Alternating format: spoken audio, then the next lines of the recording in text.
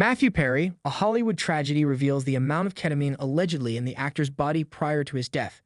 The new Peacock documentary tracks Matthew Perry's life before he died from an accidental overdose on October 28, 2023. According to his autopsy report, the Friends star had high levels of ketamine in his system, and the documentary claims that was because he received 27 shots of the drug in his final 3 days. Allegedly, you have Dr. Salvador Plasencia providing ketamine to a live-in assistant who has no medical training whatsoever, and that live-in assistant is administering ketamine to a person whose risk factors are through the roof, says Martin Estrada, the former United States Attorney for the state of California Central District, who launched the investigation into Perry's death in the documentary. In mid-October, Estrada says Plasencia had numerous red flags that were flashing in front of him, yet he allegedly continued to illegally inject Perry. Allegedly, Dr. Plasencia would arrange with Mr. Perry different locations to meet to provide the ketamine, he says.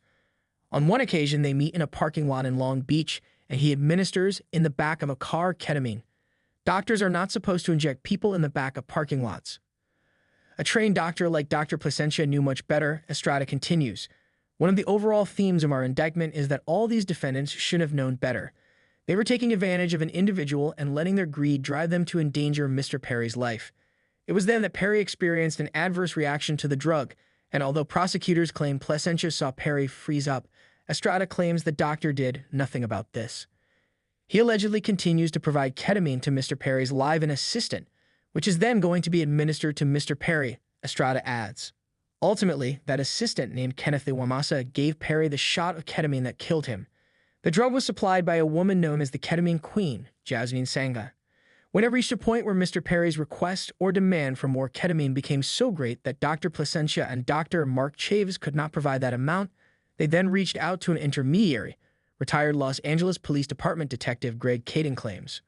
According to a plea agreement Iwamasa made with the Department of Justice, he had injected Perry with 6 to 8 doses of ketamine per day from October 24 to 27. On October 28, Iwamasa gave Perry his first dose of ketamine at 8:30 in the morning and another at 12:45 p.m. that afternoon. Per court documents, Perry requested another injection 40 minutes later, allegedly telling Iwamasa to shoot me up with a big one and get the hot tub ready. It was either in or near Perry's jacuzzi he was given the fatal dose. After running errands, Iwamasa returned to find Perry dead in the water. 3 of the 5 defendants charged in connection with Perry's death entered guilty pleas. Chaves pled guilty to 1 count of conspiracy to distribute ketamine. Fleming pled guilty to the same charge, along with 1 count of distribution of ketamine resulting in death. Iwamasa pled guilty to 1 count of conspiracy to distribute ketamine causing death.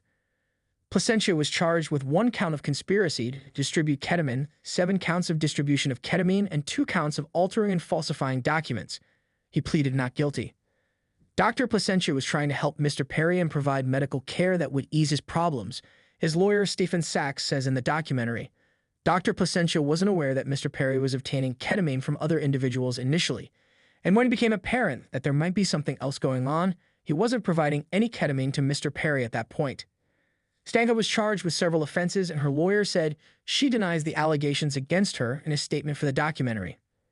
If you or someone you know is struggling with substance abuse, please contact the SAMHSA helpline at 1-800-662-HELP.